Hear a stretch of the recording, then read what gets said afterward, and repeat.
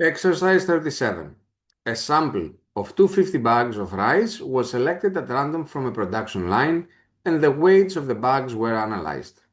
The mean weight was found to be 49.85 ounces, while the margin of error associated with this estimate is 0.18.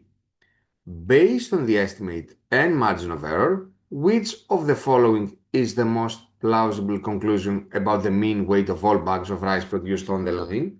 Okay, so it's about margin of error. The margin of error, in simply words, is the plus minus of our assumption. So here, for instance, we were able to find through our sample that we have a mean weight which is around 49.85 ounces. But since that's entirely focused on one sample, we know that there should be a plus minus 0.18. So in reality, it could go up to 49.85 plus 0.18, which is, let's use the calculator, 49.85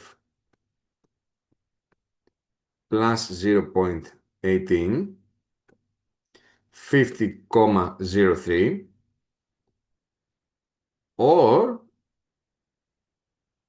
from 49.85 minus 0.18, so it's the same but with a minus in between, which is 49.67.